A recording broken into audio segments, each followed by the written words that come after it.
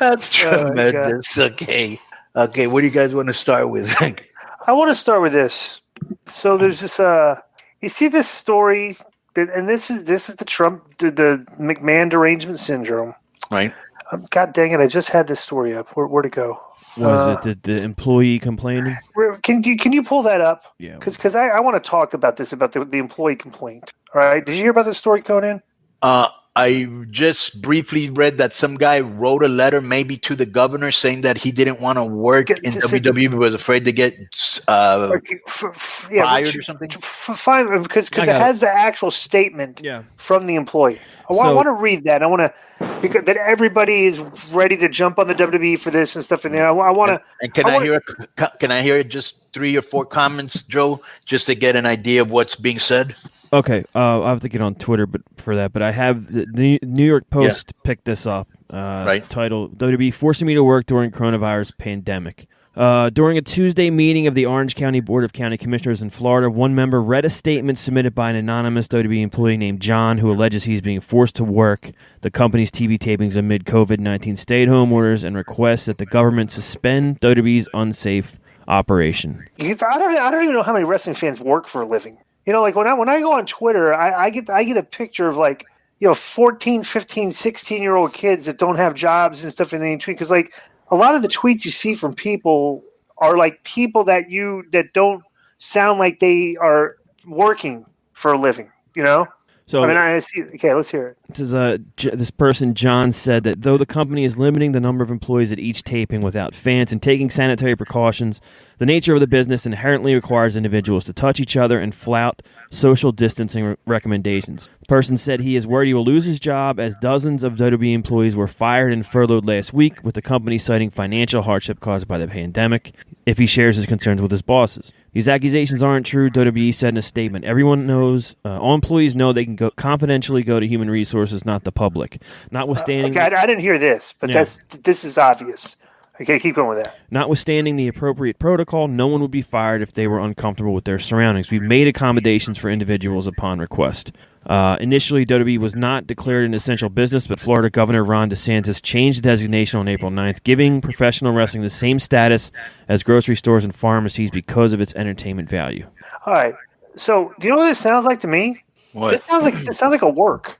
Like someone that doesn't even work at WB sent this in on the guys like bro. Because let me tell you something. Let me just say this. That's hilarious, bro. Because I've become so jaded that I thought the same thing. Me too. I don't believe anything anymore, bro. Anybody that works. I mean, this is the funny thing. The dirt sheet guys are all reporting this like but let me tell you, the dirt sheet guys. None of them work in a company that has a human resources department. Anybody that's worked in any company that has a human resources department, that is where you take your issue. It's like that is common sense. Right. If you have an issue, you do not just forego all the protocols and stuff and go write a letter to the thing. You go to your human resources department. And the WWE response is perfect to that. We have a human resources department, and this is what we would tell you. Well, not only that, bro. Here's the other thing I wouldn't. You know, they're smart enough to know that being a publicly traded company, right? Of course. They've got to be as political as possible. And so if somebody were to say, hey, I don't want to go because I'm afraid of coronavirus, WWE ain't going to say, oh, okay, you have to go. They're going to say, right, don't. And here's my thing. If basically your main point of contention is, well, you know, if I don't go, I'm going to get fired, then get fired. And that way you can say, look, this is why I got fired. You know what I'm saying? But I can't see them at this point, where WWE is now, and as much money as they make, being under the scrutiny of everything they do is magnified and everybody's criticizing them, that they would say no. That's why when I saw that, I thought, this looks like a work, somebody trying to get them heat. Trying to make them look bad. Somebody that's, Well, here's a little bit more. It might be the person certainly, but that just knowing what I know, because I've worked in a company for 10 years. This is how you do the process. You don't go to the human resources department if you have an issue. And there's a lot of things. A lot of employees go to human resources when they have issues with the manager or something. And that's what it's for, But I'll say this too. This is the wrestling bubble, because everybody keeps looking at WWE as like, bro, if there's a police officer and you're a cop and you're essential and you don't want to work, it's like, like, what do you do? It's like, okay, we're here to serve and protect. We have to work during this pandemic. If you don't want to work, I'm sorry, but we're going to have to let you go, and we will hire somebody else that will. It's like that simple. It's like, there are jobs. If essential business workers right now should be very lucky they have work. Nobody's a lot of people are out of work. And if you want to get your essential business job, okay, I'm sure there is somebody ready to step right in and take that job and go to work for you.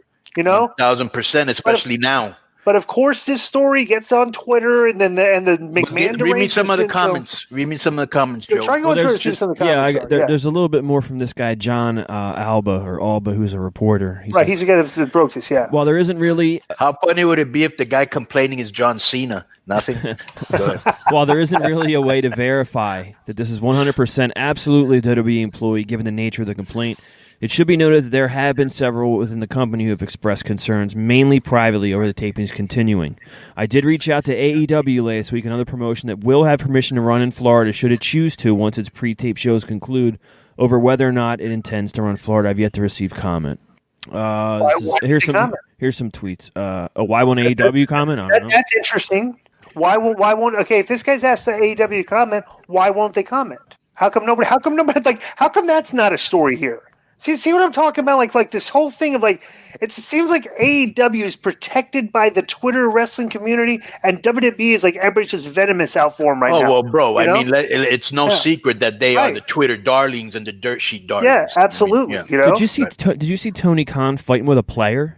Yeah, that was funny. I'm gonna give Tony Khan credit on that though. Yeah, he handled that good. If you look at that guy's Twitter, that guy's Twitter is not like a mentally stable guy. Yeah, he's like, that's a very weird Twitter timeline that this guy has. So, I won't say Tony Khan. Tony Khan owned that guy. But I've never read Tony Khan's timeline, but I was watching Sports Center, and they put the tweets on Sports Center, and I remember looking at it, going, "Hey, Tony, good shit."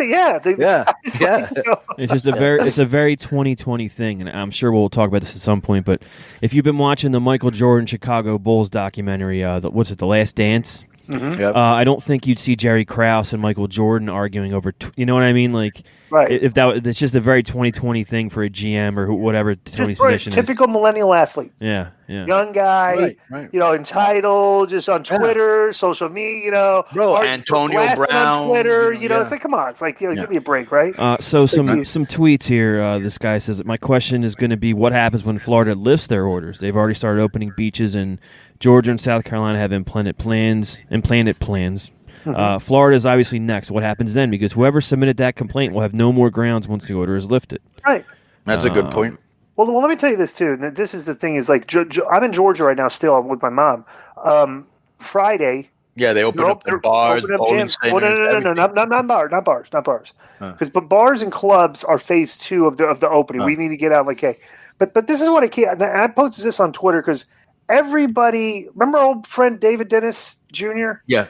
Okay, he's just he's a typical social justice warrior in this stuff. And oh my God, and everybody's like, oh my God, they want to kill people in Georgia. They want to kill, and everybody's like this. And I'm like, wait a second. And I tweeted this. They go, does everybody remember what flattening the curve means? Bro, there's like 25 responses and like 2 people remember what it means. Right. Here's the thing. We have no cure and we have no vaccine. Right. People are going to die from this. The math says that there is a percentage. We cannot prevent that. The flattening the curve concept was, now we could do this. We could have just done no distancing or whatever. And a whole bunch of people would have gotten sick and died all at one time. And our healthcare system would have been overrun, and there would have been disaster. Like hospital people be dying at home. We would no care. So what we did was we did mitigation things to mitigate the rate of death so the hospitals can handle it. But that doesn't mean we're preventing people from dying because we don't have a vaccine or a cure. It just means we need to take it over a long period of time. Like when you hear 1 to 2 million people might die, that might be true over 8-9 years of this thing, because it's a deadly virus, just like the flu. The flu is going to kill a certain amount of people every year, and you could say the flu is going to kill 1 million people. They go, no, it's not. I go, yeah, in 30 years it's going to kill 1 million people. It's like that's just, you just look at the numbers. So the thing is now, a lot of states, their healthcare system is not getting overrun to the point that because everybody's all hyped up for COVID and there's no like auto accident deaths, there's not as much other sickness. Hospitals rely on people getting sick to run their business. Other people really aren't hitting hospitals. We have the guy on the round table. He says they're sending people home at his hospital in areas where where the healthcare system is not being even close to being overrun. There's no reason to just let more people out to do what go more stores. Because here's the thing: there's no reason that if a grocery store is open, a Target is open, and a Walmart is open, that Kohl's shouldn't be open. Maybe not malls, but like stores. There's no reason stores should not be open. Everybody in stores, you go out in the grocery store. Not only that, the disco, we see it all the time because it's the onyx of the whole thing. But we see every day in New York now, the death is going down, right? And even in New Jersey, which is the densest. Most dense state in the United States, and so we've gradually got to start opening shit up because it's destroying our economy. People are going crazy in their house, especially in town and city, in places where the healthcare system is just there's nothing going on. It's like, hey, if a bunch of people get sick, okay, we're ready. We got a lot of doctors here ready to handle us. Let's go. Let's open up some restaurants because people will go in restaurants. It's not going to be like the counter at Waffle House, right? Where you're sitting next to restaurants are open with tables. They're separated from each other. Well, it's just like an airplane, right? Airplanes are empty right now, but you sit in your seat.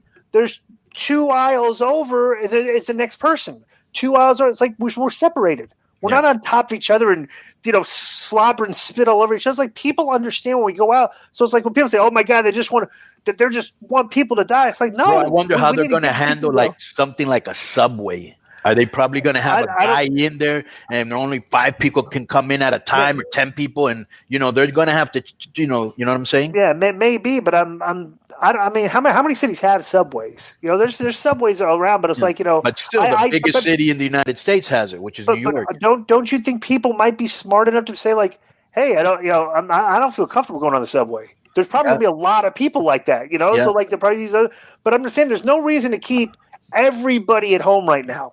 If you work in a store, we need to start getting out and gradually do it because 2-3 months from now, this is what we're going to be doing anyway. So why not try it now? And everybody's like, oh, people are going to get sick. Yes, more people are going to get sick. But if the healthcare system can handle it, this is how we have to get through it because without a vaccine, bro, they said 12 to 18 months for a vaccine, but they don't even know if the vaccines are going to work, which means the only way to get through this is going to be through herd immunity, where everybody goes out, everybody gets it, the people and it's just you develop herd immunity.